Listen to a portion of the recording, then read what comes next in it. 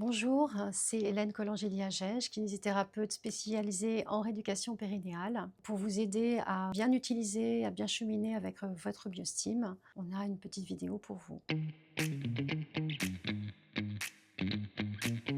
Avec notre appareil biostime, on a la possibilité, si vous êtes équipé d'un appareil avec 2 voies pression, de faire le biofeedback double voie pression, qui est un petit peu complexe à, à utiliser, mais qui va vous apporter beaucoup d'informations, notamment pour les asynchronismes, les anismes. C'est ce qui va vous permettre d'aider ces patients. Donc on utilise ces 2 voies pression avec une sonde double ballonnet qui se présente comme ça. Elle est livrée sous un blister. Il faut conserver le blister.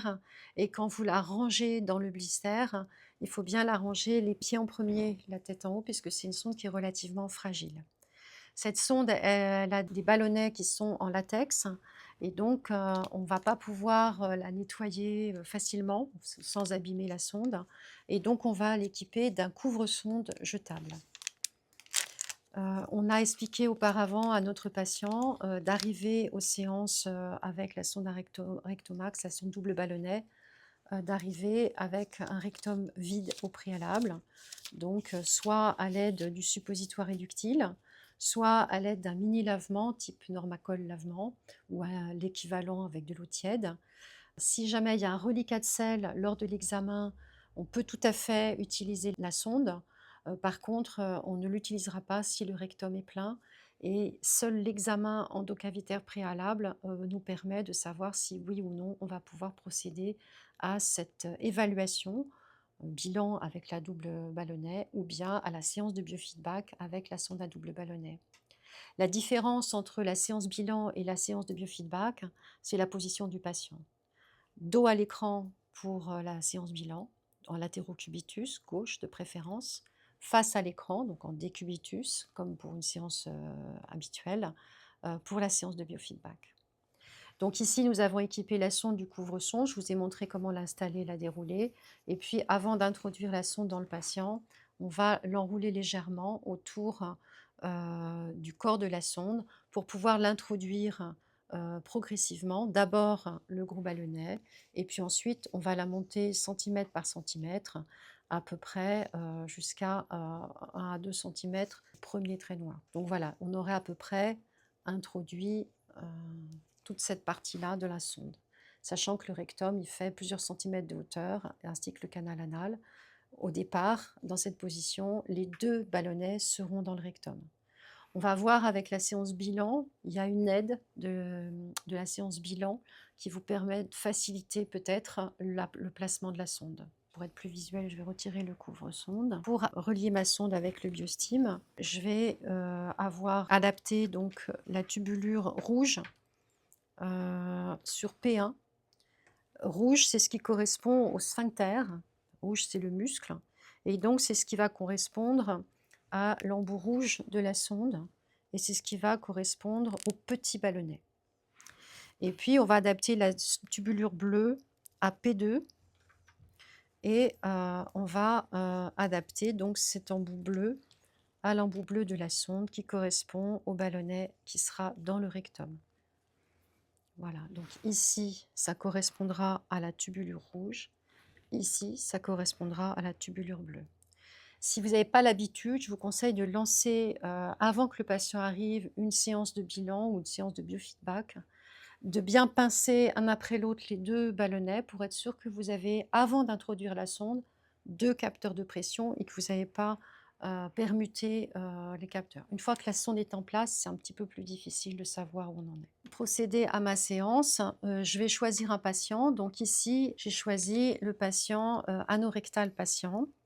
C'est ici, bilan anorectal 2 voies. Vous allez avoir le même bilan, le même découpage du bilan que pour le bilan périnéal, sachant que vous avez en théorie une aide au placement de la sonde. Je dis en théorie parce que pour certaines personnes avec des fonctionnements un peu différents, l'aide ne fonctionnera pas, on aura du mal à repérer. Donc dans certains cas, ça va vous aider, mais sinon, il faudra savoir placer la sonde de manière autonome. Donc on va mettre la sonde en place à l'aide du programme bilan anorectal 2 voies. Et donc je lance et à partir du moment où j'ai lancé, je vais mettre la sonde en place.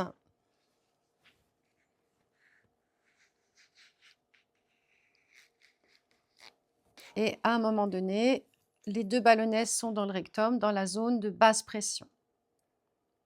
Et donc ensuite, vous avez changé de page, ça change automatiquement. Il faut retirer doucement la sonde pour placer le petit ballonnet, donc descend la sonde jusqu'à ce qu'on voit que le petit ballonnet se place dans la zone de haute pression. Donc, vous voyez, ça passe au vert. Il faut que ça reste suffisamment longtemps dans la zone de haute pression. Et à ce moment-là, le BioSteam change de page et vous permet de démarrer le bilan. Et là, on fait l'enregistrement des fibres rapides. On demande des contractions rapides. Si le patient se fatigue et qu'il se met à pousser au lieu de contracter, on va le visualiser sur la voie bleue, qui est la voie rectale. À ce moment-là, on lui demande d'arrêter. Ensuite, on va lancer l'étape suivante. Voilà. Et on va demander une contraction maintenue. Et de la même façon, si le patient, dans ses efforts désespérés pour tenir, se met à pousser, eh bien on va dire au patient, non, on arrête tout, vous lâchez tout, très bien. Voilà. Et ensuite, c'est une phase où on va pouvoir enregistrer le réflexe à la toux. On va demander un effort de toux. Et donc là, on pourra inscrire qu'on a effectivement un réflexe positif à la toux. Et c'est là qu'on va pouvoir manipuler les robinets pour pouvoir tester les insufflations. Donc pour faire ça, moi je vais faire une pause et je noterai les valeurs ensuite. Donc j'ai arrêté le bilan et je vais pouvoir le reprendre ensuite. Pour ça, on va préparer une seringue et on va chercher successivement le volume seuil en commençant par un petit volume. On va préparer 20 ml dans la seringue. On va adapter la seringue sur l'embout ouvert et on essaye de toujours garder la tubulure, la graduation vers nous. En maintenant la seringue, on va ouvrir le robinet et on va pousser la seringue pour insuffler l'air. Donc vous le voyez ici, on a effectivement gonflé le petit ballonnet. On relâche et puis le patient n'a rien senti, on défait et on reprend 20 millilitres. Voilà, je veux voir la tubulure. J'insuffle tranquillement. Est-ce que le patient a senti? Il n'a pas senti? Eh bien, donc on va poursuivre pour évaluer la sensibilité rectale consciente, le premier volume seuil. Et puis, ainsi de suite, de 10 ml en 10 ml.